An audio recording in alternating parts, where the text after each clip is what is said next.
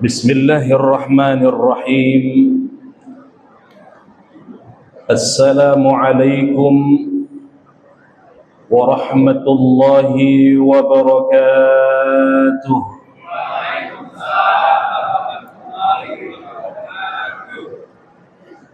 Bismillah walhamdulillah, wassalatu wassalamu ala rasulillah wa ala alihi wa sahbihi wa man tabi'ah wa mawalah. La hawla wa la quwwata illa billah.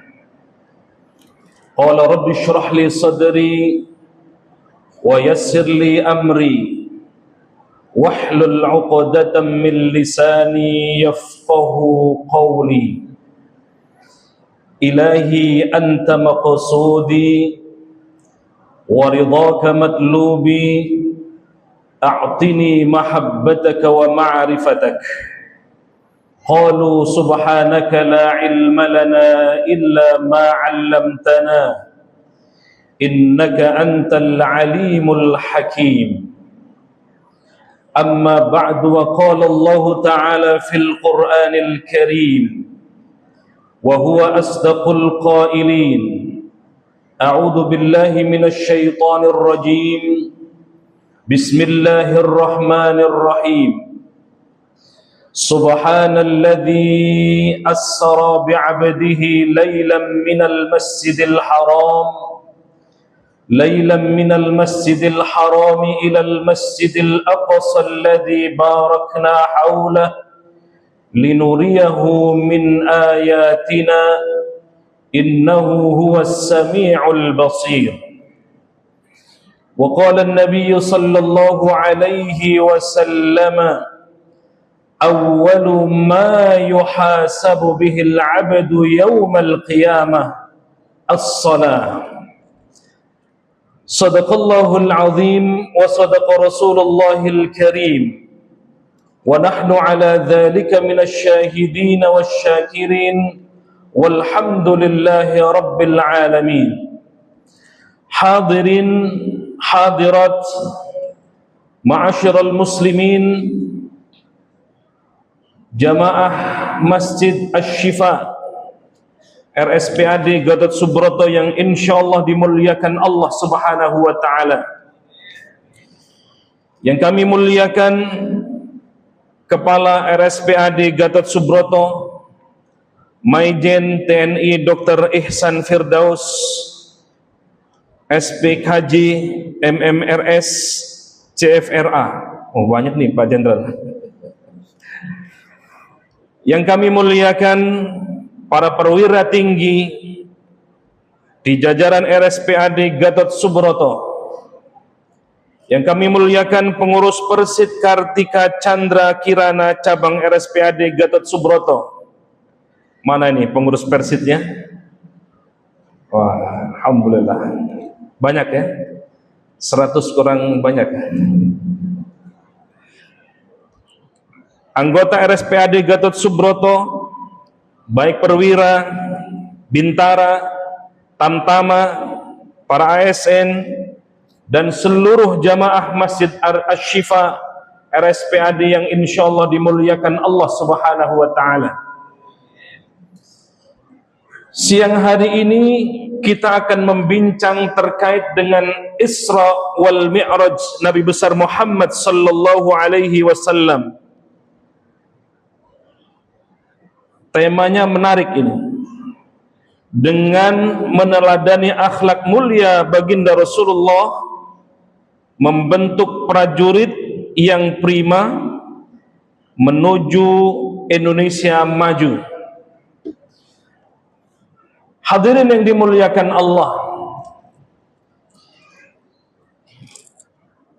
ketika kita membincang Isra wal Mi'raj Nabi besar Muhammad sallallahu alaihi wasallam, coba kita akan kaitkan dengan tema ini dan kita kaitkan juga dengan RSPAD-nya. Hadirin yang dimuliakan Allah, bagaimana kabarnya semua? Baik ya? Alhamdulillah, melihat seragamnya bapak-bapak ini senang sekali. Dan juga hadirat jamaah sekalian, jamaah seluruh keluarga besar RSPAD. Bapak Ibu sekalian yang dimuliakan Allah, kendati sekarang sudah masuk bulan Sya'ban ya. Jadi Rajabnya sudah lewat. Sama seperti kalau kita mengadakan Maulid. Maulidnya kapan? Tapi maulidnya terus-terusan peringatannya ya. Bahkan sudah lewat bulan Maulid, terus Maulid. Tidak apa-apa. Namanya Maulid itu memperingati kelahiran sekaligus riwayat baginda Rasul sallallahu alaihi wasallam.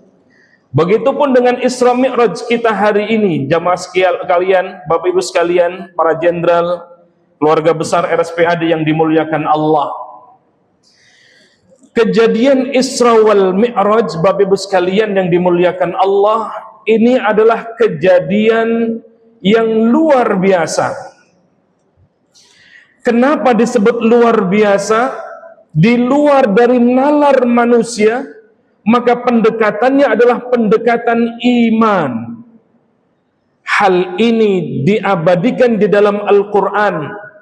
Maka Allah mendahului peristiwa Isra Mi'raj dengan kalimat Subhana, Maha Suci Allah. Kata ahli Al-Quran, kata para ulama Al-Quran, Bapak sekalian, kalau redaksi Al-Quran didahului dengan kalimat tasbih, baik itu Subhana, Sabbahalillah, Yusabbihu, Sabbihisma Rabbikal A'la, maka di situ ada kejadian yang luar biasa yang di luar dari nalar manusia. Maka pendekatan Isra Mi'raj adalah pendekatan imaniyah, bukan pendekatan akliyah. Ini yang pertama. Yang kedua, Bapak Ibu sekalian yang dimuliakan Allah Subhanahu wa taala. Ini agak serius, nggak apa-apa ya. Ini kalau dosen yang nyampaikan jadi akademis ini. Yang kedua, kalau sudah pendekatannya iman, Bapak Ibu sekalian yang dimuliakan Allah, maka ada banyak kejadian yang luar biasa. Kejadian yang luar biasa itu satu di antaranya saya coba akan kaitkan dengan konteks rumah sakit, karena ini RSPAD. Bapak Ibu sekalian, Nabi Muhammad sallallahu alaihi wasallam sebelum diisra mi'rajkan oleh Allah, itu dalam kedukaan yang luar biasa. Adakah di antara kita yang diuji oleh Allah rasanya tidak mampu kita melewati ujian itu? Ada? Paling kalau kita diuji, apa sih paling besar diuji ujiannya? Ada yang datang ke masjid diludahi, ada? Ada? Nggak ada rasanya. Kalau Nabi ketika dakwah datang dari rumahnya ke masjid, setiap datang ke masjid diludahi. Dan setiap diludahi Nabi senyum. Pulang lagi ke masjid, begitu sudah waktu Nabi datang lagi ke masjid, setiap datang ke masjid diludahi lagi. Begitupun sikap Nabi, setiap diludahi Nabi pun senyum. Keluarga besar RSPAD, setiap datang ke masjid ada yang meludahi, insya Allah senyum atau marah? Nabi senyum, Pak. Satu ketika Rasulullah sallallahu alaihi wasallam ketika datang ke masjid, enggak ada yang ludahi, Pak. Enggak ada yang ludahi, Bapak Ibu sekalian. Selesai Nabi salam, Assalamualaikum warahmatullah, Assalamualaikum warahmatullah. Nabi nyari-nyari, nanya kepada sahabat, wahai para sahabat, siapa yang biasa langganan saya itu yang biasa ngeludahi? Kemana dia? Oh, ada kata para sahabat, oh dia sakit ya Rasul. Masya Allah, dia sakit ya Rasul, demam tinggi. Maka Rasulullah sallallahu alaihi wasallam segera mengakhiri salat dan doanya, Setelah itu langsung pulang, bilang ke Sayyidah Aisyah, ada makanan terenak apa hari itu? Ya Rasul, memang mau kemana? Mau membesuk orang yang sakit. Siapa yang sakit ya Rasul? Yang biasa langganan ludahin saya setiap hari. Masya Allah. Keluarga besar RSPAD insya Allah begitu akhlaknya ya. Jangan amin doang ya.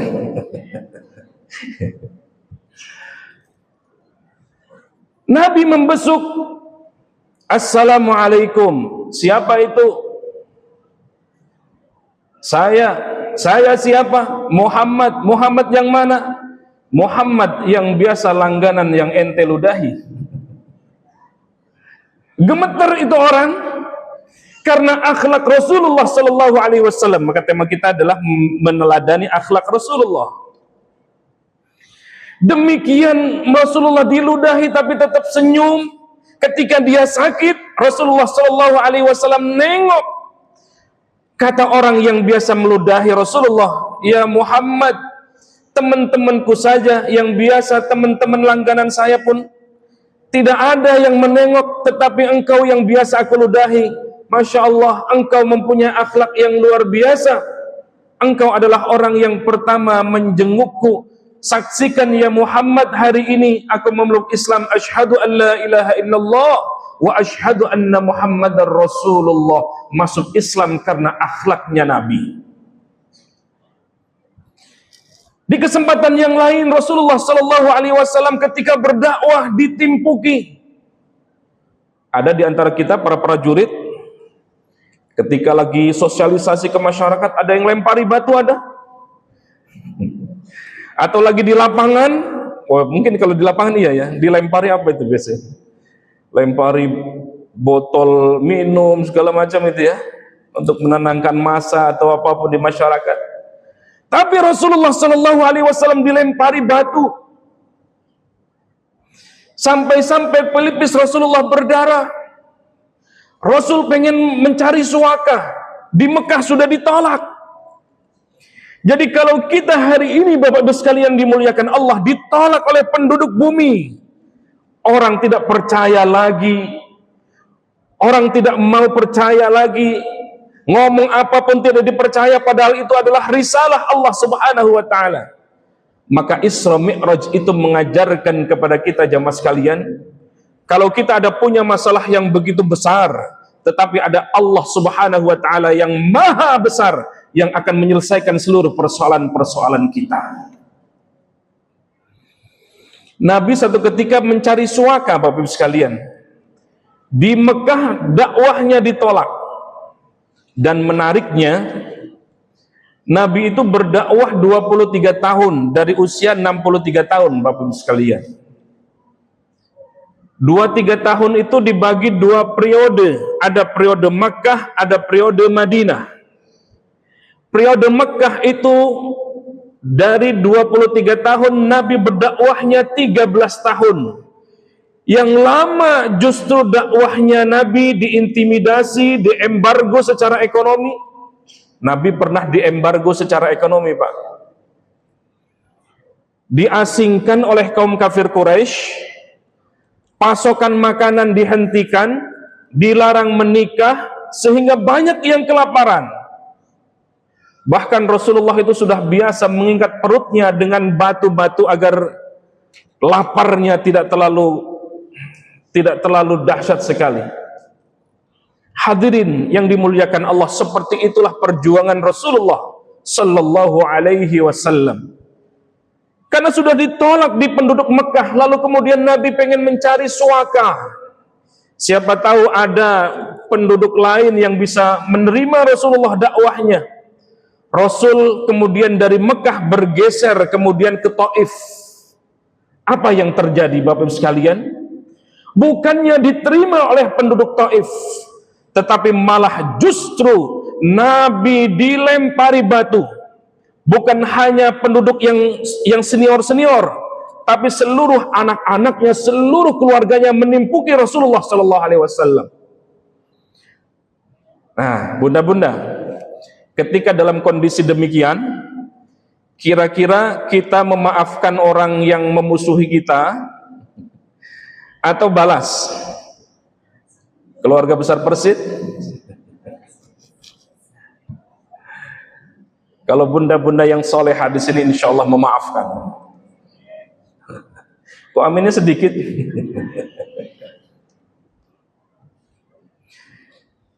Rasulullah Sallallahu Alaihi Wasallam lari tunggang langgang karena ditimpuki sampai pelipis Rasulullah berdarah, kaki Rasulullah berdarah.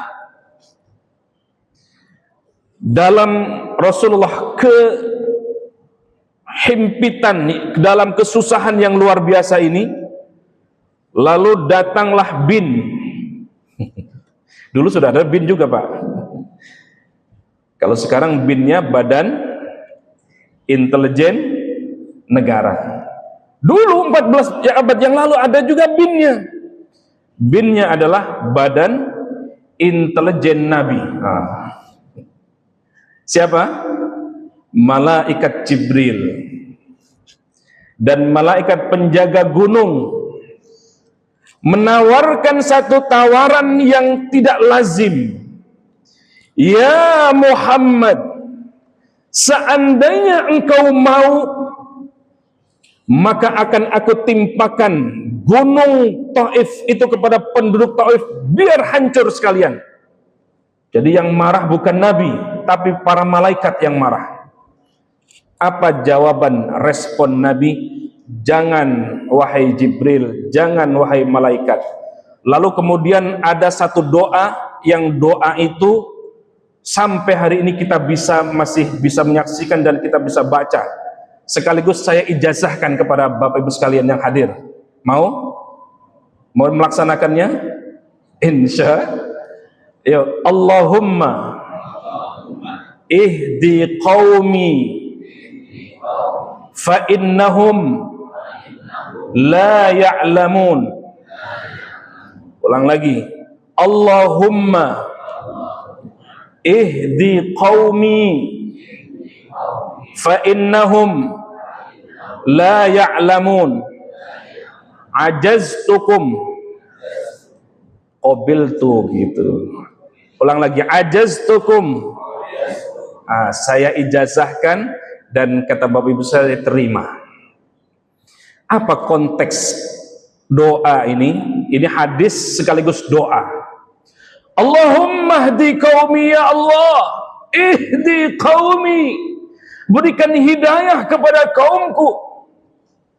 Coba bayangkan, Nabi diintimidasi, ditimpuki batu oleh penduduk Taif, tapi Nabi tidak membalasnya dengan timpukan.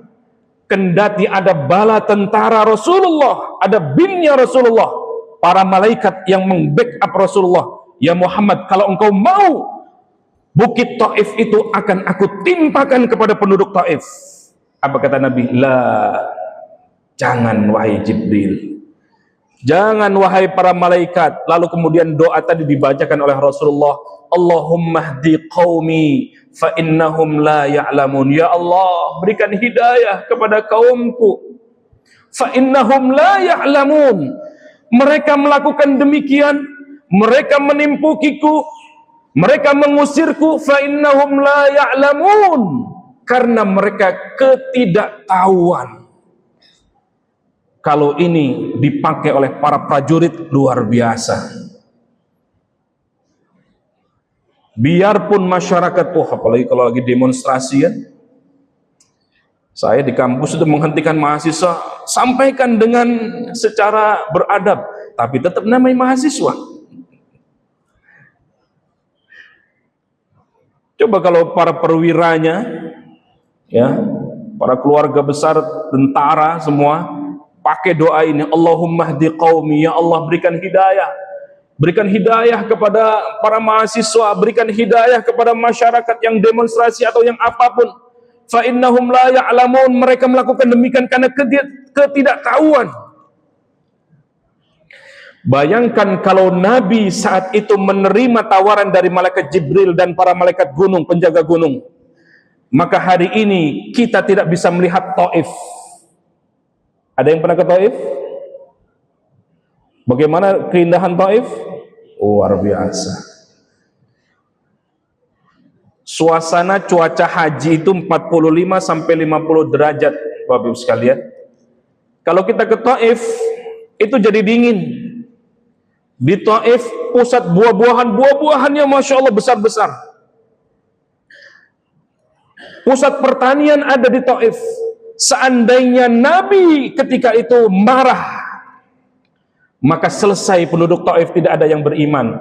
Maka itu Nabi melanjutkan doanya, ya Allah, seandainya hari ini kaum Taif tidak menyembah kepadamu, tidak beriman kepadaku, tidak beriman kepada Rasul, tidak beriman kepada Allah, maka aku bermohon ya Allah, anak cucu keturunannya mereka juga beriman kepadamu. Kita bisa saksikan hari ini Taif, Masya Allah. Hadirin yang dimuliakan Allah Subhanahu wa ta'ala, dalam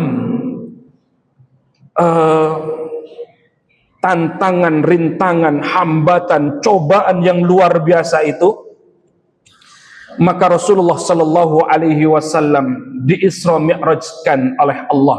Terutama ada satu kejadian. Kalau kejadian-kejadian yang tadi itu mau dibunuh, percobaan pembunuhan, diembargo secara ekonomi, diludahi, dilempari batu, itu sudah biasa. Rasul tidak mengeluh, tidak mengadu. Tapi begitu satu kejadian, yang kejadian ini menyesakkan dada Rasulullah. Apa itu? Meninggalnya dua sosok tercinta. Yang pertama istri Rasulullah yang bernama Khadijah binti Khuwailid. Bunda keluarga Persid yang dimuliakan Allah. Khadijah ini kaya raya, luar biasa, kaya raya, solehah, seperti keluarga Persid, insya Allah. Yang amin yang laki-laki.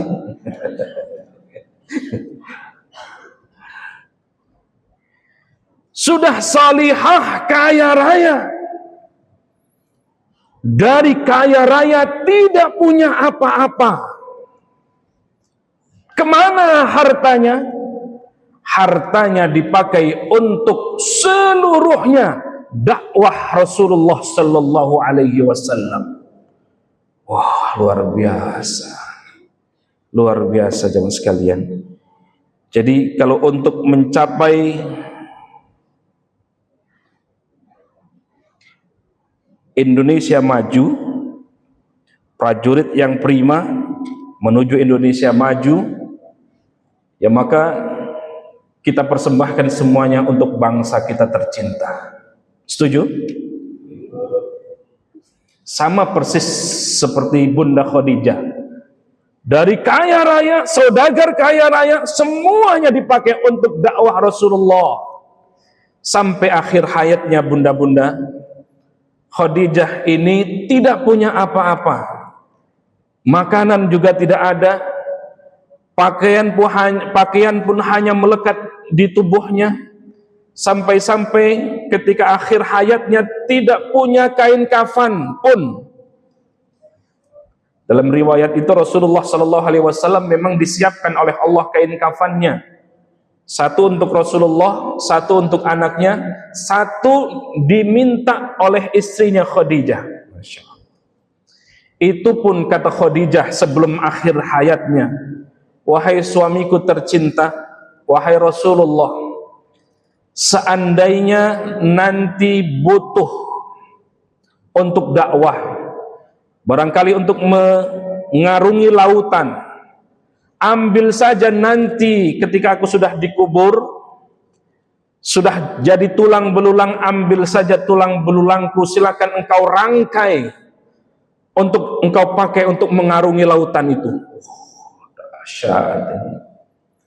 Hadirin yang dimuliakan Allah Subhanahu wa ta'ala, di sebelum Rasulullah di Isra Mi'rajkan itu, sosok tercinta istri Rasulullah Khadijah binti Khuwailid dipanggil oleh Allah Subhanahu wa taala. Terguncang hati Rasulullah.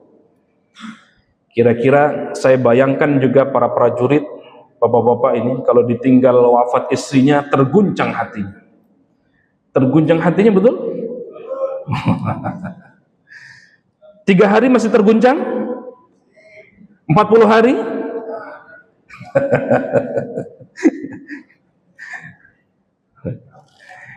Kalau yang bunda-bunda nggak usah ditanya. Kalau bunda-bunda selalu setia. Yang prajurit ini nggak tahu. Insya Allah juga setia. Yang kedua, sosok yang berpengaruh kepada Rasulullah adalah paman kandung tercintanya yang bernama Abu Thalib.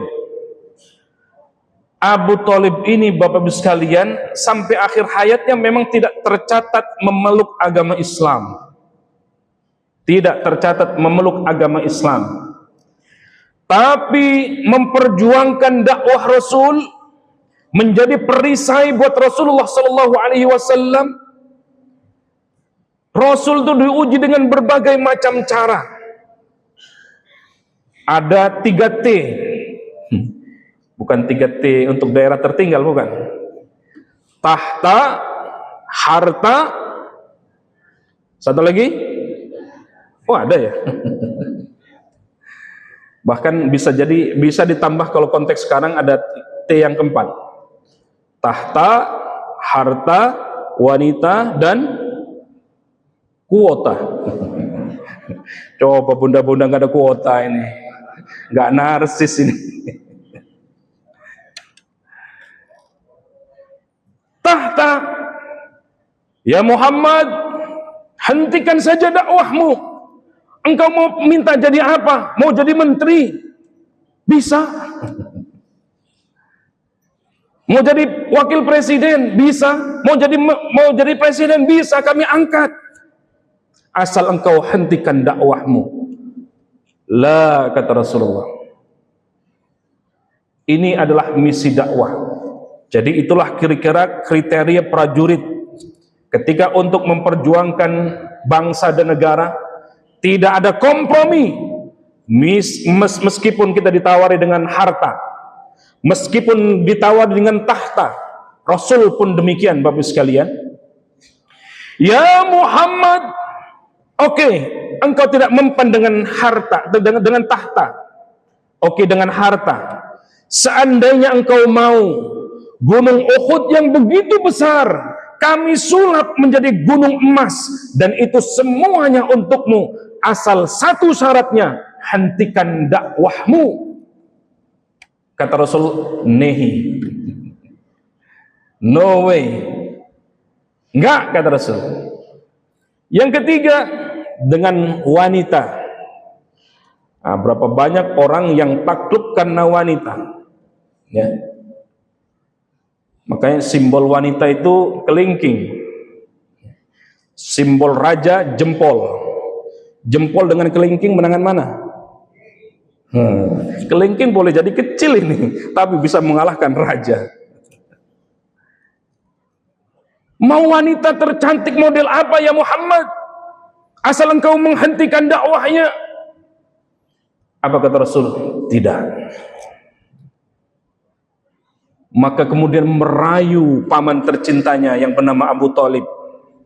Lalu kemudian Abu Thalib karena dengan terpaksa merayu keponakannya, yakni Nabi besar Muhammad sallallahu alaihi wasallam. Ya Muhammad, seluruh upaya kaum kafir Quraisy ingin membunuhmu, menjegalmu, membuangmu, dan lain sebagainya. Semua itu upaya, udahlah, hentikan saja dakwahmu. Apa jawab Nabi besar Muhammad sallallahu alaihi wasallam? Inilah keteguhan dari gambaran seorang prajurit yang hebat.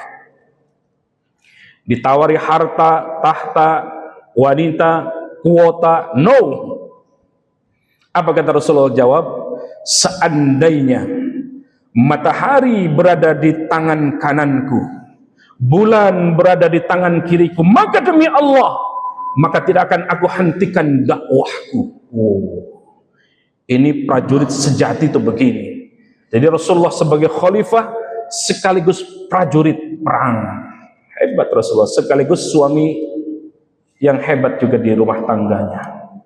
Jadi seorang prajurit hebat ketika di rumah tangganya juga hebat. Rumah tangganya hebat mencerminkan seorang prajurit yang hebat, yang kuat untuk bangsa dan negara. Sebelum di Isra Mi'rajkan itu, Bapak Ibu sekalian yang dimuliakan Allah, baginda Rasul sallallahu alaihi wasallam ditimpa oleh wafatnya dua sosok tercinta ini, Khadijah dan Abu Talib. Maka bukan hanya Rasulullah yang terguncang hatinya, tetapi alam jagat raya pun terguncang. Maka tahun itu dikenal dengan tahun Amul Huzn, tahun kedukaan buat baginda Rasulullah sallallahu alaihi wasallam. Bukan hanya Rasulullah yang berduka, tetapi alam jagat raya pun berduka karena berdukanya dua sosok tercinta yang dicintai oleh baginda Rasul sallallahu alaihi wasallam. Maka karena itu Rasulullah sallallahu alaihi wasallam diajak jalan-jalan. Mengutuslah malaikat Jibril alaihi salatu wasallam untuk menemani Rasulullah. Itulah tergambar di dalam surah Al-Isra ayat 1. A'udzu billahi minasy syaithanir rajim. Subhanalladzi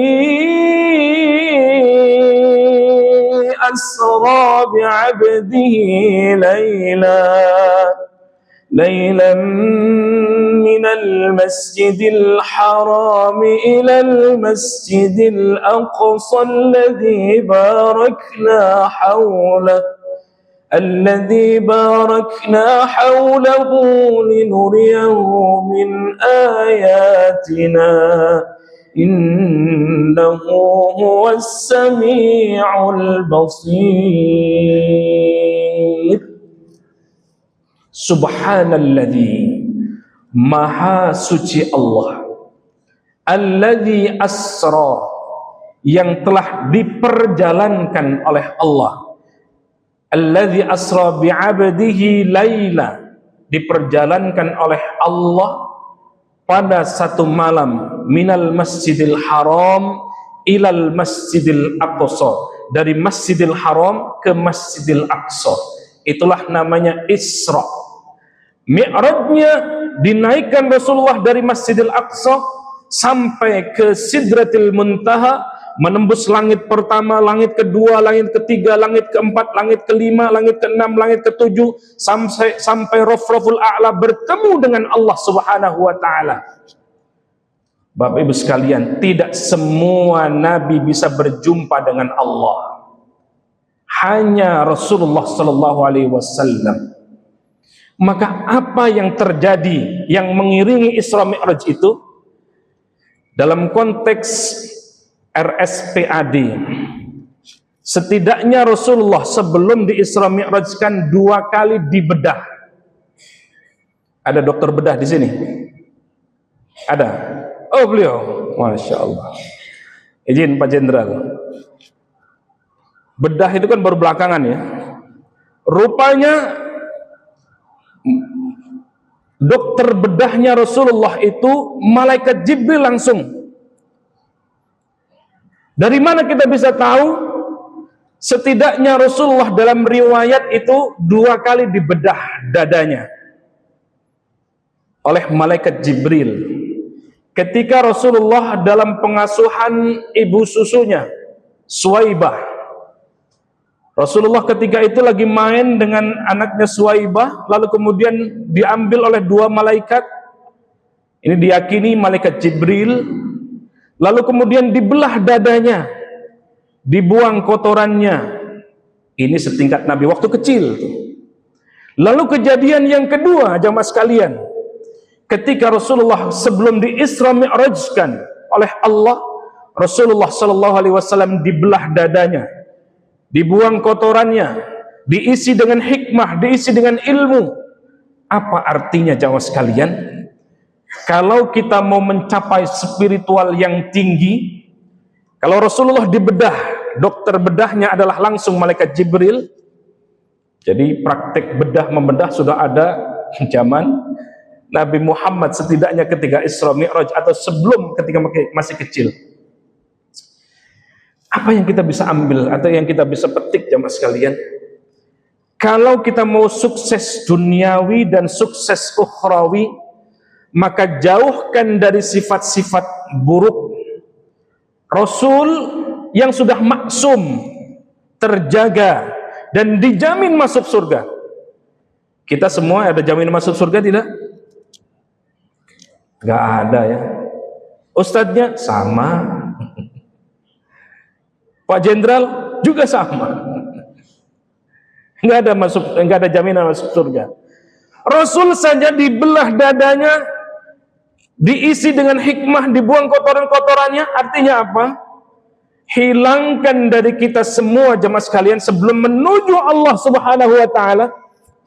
Hilangkan dari iri, hilangkan dari dengki, hilangkan dari hasud, hilangkan sifat riya, ingin pamer, takabur. Masih ada pada diri kita? Halo, ibu-ibu Persib? Kok ibu-ibu mulu? Ibu-ibu kalau nggak disapa ini bisa tidur. Para prajurit aman semua dari sifat-sifat tercela tadi? Insya pastikan kita semua terbebas dari ngomongin orang, ghibah, namimah, ya, pengen menang sendiri. Maka dalam tradisi makhluk Allah ini, kita ini semua Bapak sekalian sesungguhnya atau aslinya penduduk apa? Surga. Kita ini penduduk surga aslinya. Maka karena kesalahan kecil dari Nabiullah Adam alaihissalatu wassalam, tergelincir karena memakan buah khuldi, buah kekekalan, lalu kemudian diusir oleh Allah Subhanahu wa taala dari surga ke dunia. Nabi Adam diusir dari surga ke dunia karena satu dosa, memakan pohon kekekalan tadi, atau kita kenal dengan buah khuldi. Lah kita berapa? Banyak atau sedikit dosanya? Banyak atau sedikit atau satu? Banyak dosanya, tapi pengen masuk surga? Wah.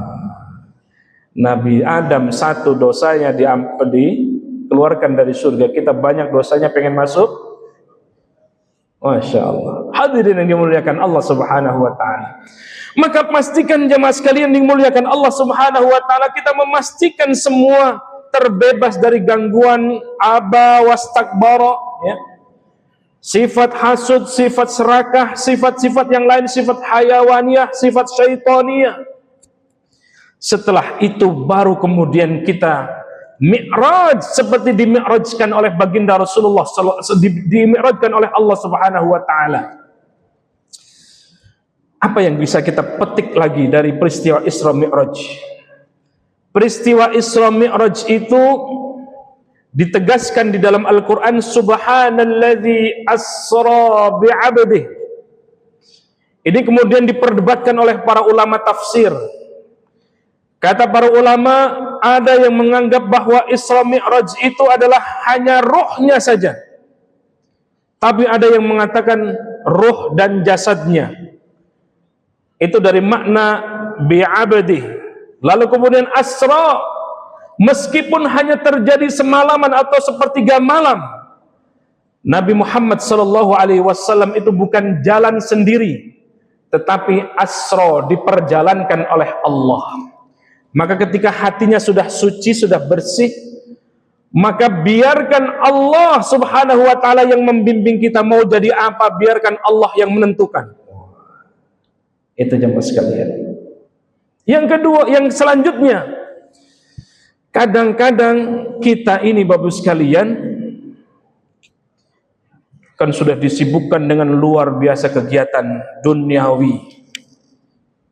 Kata Allah, subhanalladzi asra bi'abdihi laila. Apa kita bisa petik dari lail? malam.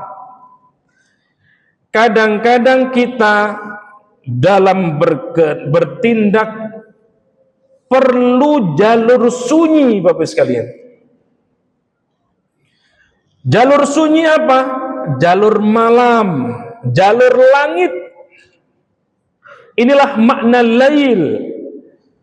Maka betapa banyak Allah menurunkan kejadian-kejadian yang luar biasa itu terjadi di malam hari. Turunnya Al-Quran, inna anzalnahu fi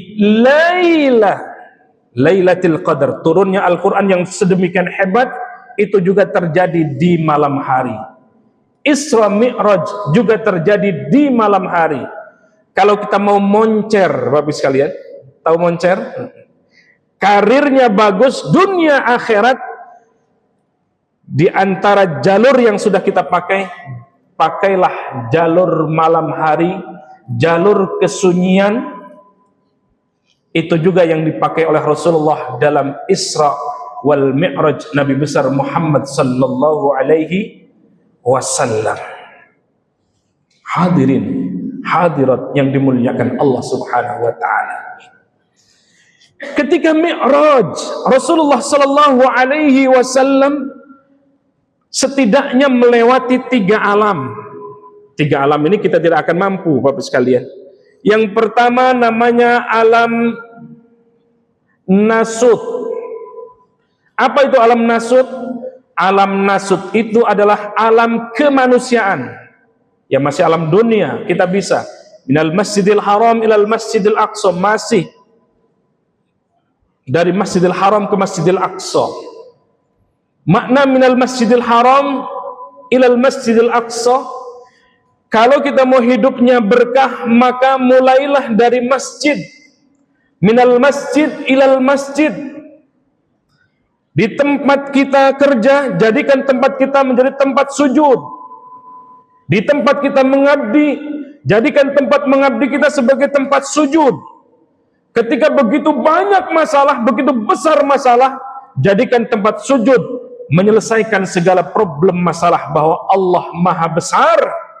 Di antara ujian-ujian Allah yang besar ada Allah yang Maha Besar. Yang kedua, alam malakut. Alam malakut itu alamnya para malaikat, kita tidak bisa menembus. Naik dari Masjidil Aqsa, lalu kemudian menembus langit pertama, langit kedua, langit ketiga, langit keempat, langit kelima, langit keenam, langit ketujuh. Ini alamnya alam malakut namanya. Alamnya para malaikat. Dan alam yang ketiga adalah alam lahut. Alam lahut ini adalah alam ketuhanan. Jangankan kita manusia biasa, malaikat Jibril pun yang mendampingi Rasulullah sallallahu alaihi wasallam minta izin, minta pamit, ya Rasul, saya tidak bisa menembus di alam lahut karena itu adalah alam ketuhanan. Monggo sampean yang langsung ketemu dengan Allah Subhanahu wa taala. Saya cukup mengantar di alam malakut saja. Maka ketika bertemu dengan Allah Subhanahu wa taala, ini yang mungkin jarang disampaikan, mudah-mudahan menjadi oleh-oleh buat kita semua. Dan ini menjadi adab dan kita bisa pakai sebagai adabnya seorang prajurit ketika bertemu dengan orang yang lebih di atasnya. Nabi Muhammad manusia mulia, tetapi tetap statusnya sebagai abdun, sebagai hamba. Ada yang maha tinggi, yakni Allah Subhanahu wa ta'ala. Apa adab Nabi, akhlak Nabi ketika bertemu dengan Allah?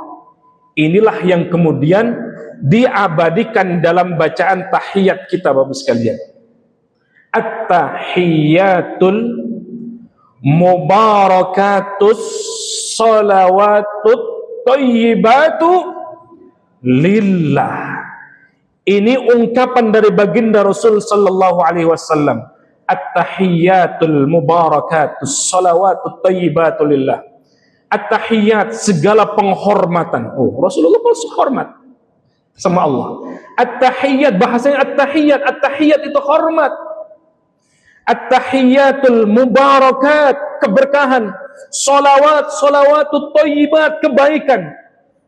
Lillah, hanya milikmu, hanya kepunyaanmu ya Allah. Jadi kalau kita mau minta sama Allah, puji dulu. Rasul muji Allah. At-tahiyyatul mubarakatus salawatut thayyibatu lillah. Mendengar dipuji oleh Rasulullah, kita sebagai atasan, Allah sebagai pencipta alam, bukan berarti kegeeran. Ini padahal Allah loh, zat yang menciptakan alam jagat raya ini. Lalu apa respon dari Allah Subhanahu wa ta'ala? Respon dari Allah lalu bilang, assalamu alaika ayyuhan nabiyyu wa rahmatullahi wa barakatuh. Masya Allah. Biarpun pencipta langit dan bumi, ketika dipuji oleh seorang hambanya, kembali memuji seorang hamba yang bernama Muhammad ibn Abdullah Rasulullah. Apa respon dari Allah? Assalamu alaika, keselamatan juga atasmu. Assalamu alaika ayyuhan nabiyyu, wahai Nabi Muhammad sallallahu alaihi wasallam. Ayyuhan nabiyyu wa rahmatullahi wa barakatuh. Rahmat, kasih sayang dan keberkahan juga untukmu. Rasul dipuji oleh Allah. Lalu kemudian Rasul tidak gede kepala. Yang muji Rabbul Alamin. Lalu Rasulullah sallallahu alaihi wasallam juga masih mengatakan assalamu alaina. Ini seorang pemimpin luar biasa. Assalamu alaina wa ala ibadillahis salihin. Bukan hanya untukku saja ya Allah, kebaikan, keberkahan, rahmat, salawat, tetapi assalamu alaina, untuk semua hamba-hambamu, untuk semua umat-umatmu, umat-umat Rasulullah, termasuk kita di dalamnya ini, termasuk jamaah Masjid Asy-Syifa, keluarga besar RSPAD insya Allah. Assalamu alaina wa ala ibadillahis salihin, dan semua hamba-hamba yang saleh. Wa ala ibadillahis salihin. Mendengar respon ini dari jauh, malaikat Jibril kemudian menyaksikan asyhadu an la ilaha illallah wa asyhadu anna Muhammadar Rasulullah. Aku bersaksi, kata malaikat, bahwasannya tidak ada Tuhan selain Allah, dan aku bersaksi bahwasannya Rasulullah adalah utusan, Muhammad adalah utusan Allah. Inilah kalau dalam tentara itu sumpah apa namanya? Sumpah prajurit. Di atas sumpah-sumpah yang lain termasuk sumpah prajurit, ada sumpah kita kepada Allah, yakni asyhadu an la ilaha illallah wa asyhadu anna Muhammadan Rasulullah. Kalau kita punya sumpah prajurit, ada sumpah tertinggi kita, yakni syahadat itu. Hadirin yang dimuliakan Allah, saya masih dikasih waktu sejam lagi nih. Oh, sudah gelisah ini. Tenang, 5 menit lagi, 5 menit lagi. 5 menit lagi. Tadi jam 1 menuju jam 13.45. Sekarang sudah 13.40. Saya pun harus disiplin waktu. Apa oleh-oleh dari perjalanan yang luar biasa tadi? Perjalanan spiritual. Kita bisa nggak mi'raj? Kita bisa nggak mi'raj seperti mi'rajnya Rasulullah? Bisa tidak? Kata para ulama, as-salatu mi'rajul mu'minin. Salat, jadikan sarana salat sebagai mi'rajnya orang-orang mukmin. Atau di dalam ayat Al-Quran, wasta'inu bis sabri wassalah. Minta tolonglah kepada Allah dengan sabar dan jadikan salat sebagai perantaranya. Awalnya perintah itu 50 waktu. 50 waktu kira-kira prajurit bisa gitu. Hanya nggak bisa bagi sholat setiap hari. Bisa tidak? Dari 50 waktu itu Rasulullah ini selalu sami'na wa ata'na. Nggak ada, nggak mau, nggak ada. Sama seperti prajurit kan. Pimpinan tertingginya bilang A, ada yang bilang B, C. Rasanya nggak ada ya. Begitupun Rasulullah. Ketika diminta oleh Allah, diperintahkan untuk sholat 50 waktu, ketika bertemu dengan Allah, sami'na wa ata'na. Bawa itu yang 50 waktu, turun langit ke-7, turun langit ke-6, bertemu dengan Nabiullah Musa di langit ke-6. Ya Muhammad, apa yang diperintahkan oleh Allah? Sholat 50 waktu ya Musa. Umatmu nggak akan mampu, kata Nabi Musa. Udah balik lagi minta dispensasi. Minta dispensasi dari 50 waktu, dispensasi 5 waktu, jadi 45. Ketemu Nabi Musa, minta suruh dispensasi lagi, kurangi lagi 40, 50, 45.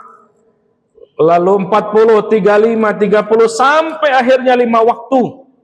5 waktu bawa dari Allah turun ke langit ke-6, bertemu dengan Nabi Musa lagi. Berapa terakhir? Kata Nabi Musa, 5 waktu. Balik lagi. Oh, 5 waktu padahal ya.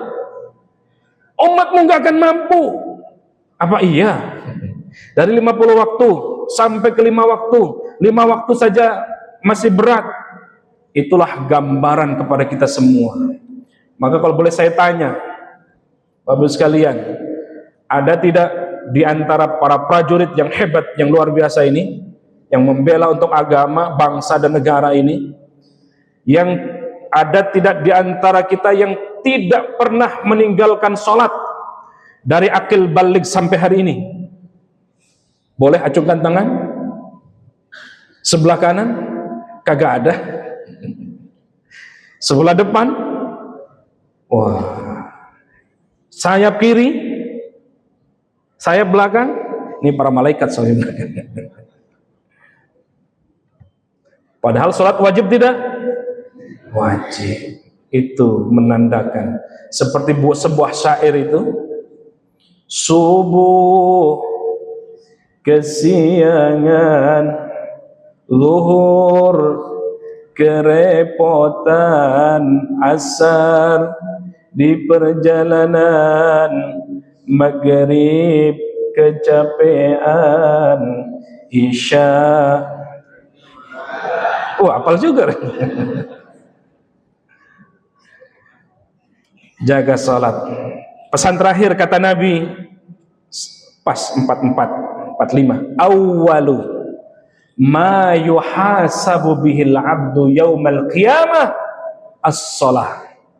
Amalan yang pertama kali akan dihisab, ditanya oleh Allah. Kita ini baru 2 alam saja Bapak Ibu sekalian. Alam rahim 9 tahun, 9 tahun. Gede di dalam rahim 9 bulan. Lalu kemudian kita di alam dunia. Alam dunia itu sudah dikasih bocoran sama Nabi, baina sittin wa sab'in. Enggak usah macam-macam dah. Kita ini hidup enggak selamanya, baina sittin wa sab'in. Antara 60 sampai 70 tahun saja. Kalau para prajurit berapa tahun Pak Jenderal ini ya pensiunnya? Usia berapa? 58. Wah, kalah sama guru besar 70. 58 ya. Dikasih waktu hanya 60, baina sittin wa sab'in, enggak lama. Yuk kita mengabdi untuk bangsa, yuk kita mengabdi untuk negara, yuk kita mengabdi untuk agama, tidak ada lain. Wa ma khalaqatul jinna wal insa illa liya'budun. Tidaklah aku ciptakan jin dan manusia illa liya'budun, kecuali hanya menyembah kepada Allah. Mumpung kita dikasih jabatan, dikasih kepercayaan oleh Allah, pakai kepercayaan kita untuk umat, maslahat untuk umat, untuk bangsa dan negara. Karena kita pasti akan mati sebentar, 60 sampai 70 tahun saja kata Nabi. Jadi kalau hari ini sudah usianya, ini masih usia aktif semua ya, masih usia aktif semua berarti. Tapi mungkin di antara kita ada jamaah yang lain yang usianya sudah 50 berapa atau 62 tahun ya, 11 bulan ya, 29 hari. Kalau 60 tahun, usia Nabi 63 tahun saja. Hadirin yang dimuliakan Allah, maka tidak ada waktu kecuali hanya mempersembahkan untuk ibadah kepada Allah, untuk bangsa, untuk negara, untuk agama. Dan itu semuanya melalui perantara sholat. Kata Nabi, awwalu ma yuhasabu bihil abdu yaumal qiyamah, yang pertama kali akan dihisab, akan ditanya oleh Allah Subhanahu wa taala adalah bagaimana kualitas sholatmu. Sholatnya baik, maka menjadi prajurit, insyaallah menjadi prajurit yang baik. Sholatnya baik, maka menjadi warga negara yang baik. Sholatnya baik, menjadi mengemban tugasnya, menjadi mengemban tugas yang baik. Sholatnya baik, menjadi ibu rumah tangga, menjadi persit yang baik. Sholatnya baik, menjadi apapun kita, barometernya adalah sholat. Saya kira ini yang bisa saya sampaikan. Oh, ternyata lebih 1348. Ada bonusnya. Ini saja yang bisa saya sampaikan, yang benar dari Allah, yang salah atas kedhaifan diri saya pribadi. Langsung ditutup dengan doa atau ada ya? Baik. Kita akhiri dengan doa. Kita mulai dengan membaca suratul Fatihah. Kita khususkan doa kita, bacaan Fatihah kita untuk para prajurit yang telah mendahului kita, para pimpinan negara, mudah-mudahan untuk kepala negara, untuk wakil presiden, para menteri, semua di jajaran para jenderal semua, mudah-mudahan diberikan kekuatan untuk memimpin bangsa ini menjadi bangsa yang maju, menjadi bangsa yang berdaulat, dan kita para prajurit mempersembahkan semuanya untuk bangsa dan agama. Ala hadhihi niyyah wa la kulli niyatin salihah wa la hadratin nabiyil mustafa syai'un lillahi lahumul fatihah. A'udzu billahi minasyaitonir rajim. Bismillahirrahmanirrahim. Alhamdulillahi rabbil alamin arrahmanir rahim maliki yaumiddin. Iyyaka na'budu wa iyyaka nasta'in ihdinas siratal mustaqim siratal ladzina an'amta 'alaihim ghairil maghdubi 'alaihim waladdallin. Amin. Allahumma salli ala sayyidina Muhammadin fil awwalin wal akhirin wa barik wa sallim wa radiyallahu ta'ala an kulli sahabati Rasulillah ajma'in. Bismillahirrahmanirrahim. Alhamdulillahi rabbil alamin. Hamdan na'imin, hamdan syakirin, hamdan yuafi ni'amahu wa yukafi'u mazidah. Ya Rabbana wa lakal hamdu wa lakal syukru kama yanbaghi li jalalika wa li 'azimi sultanik. اللهم صل على سيدنا محمد صلاة تنجينا بها من جميع الأهوال والآفات وتقضي لنا بها من جميع الحاجات وتطهرنا بها من جميع السيئات وترفعنا بها عندك أعلى الدرجات وتبلغنا بها أقصى الغايات من جميع الخيرات والحياة وبعد الممات إنك على كل شيء قدير. اللهم أعنا على ذكرك وشكرك وحسن عبادتك. ربي أعوذ بك من همزات الشياطين وأعوذ بك ربي أن يحضرون. ربي اجعلني مقيم الصلاة ومن ذريتي ربنا وتقبل دعاء. اللهم زدنا علما نافعا وعملا متقبلا ورزقا حلالا طيبا واسعا مباركا وشفاء من كل داء وسقم برحمتك يا أرحم الراحمين. اللهم إن كان رزقي في السماء فأنزل وإن كان بعيدا فقرب وإن كان بعيدا فقرب يا رب وإن كان بعيدا فقرب يا رب يا رب العالمين. ربنا تقبل منا إنك أنت السميع العليم وتب علينا إنك أنت التواب الرحيم يا عزيز يا غفار يا رب العالمين. ربنا ظلمنا أنفسنا وإن لم تغفر لنا وترحمنا لنكونن من الخاسرين. ربنا آتنا في الدنيا حسنة وفي الآخرة حسنة وقنا عذاب النار والحمد لله رب العالمين. Demikian yang bisa saya sampaikan, yang benar dari Allah, yang salah atas kedhaifan saya pribadi. Kalau ada sumur di ladang, boleh kita menumpang mandi. Kalau ada umur panjang, insyaallah siap kapan saja diundang lagi. Wallahu a'lam bishawab, wallahu al-muwaffiq ila aqwamit thoriq. Wassalamu alaikum warahmatullahi wabarakatuh.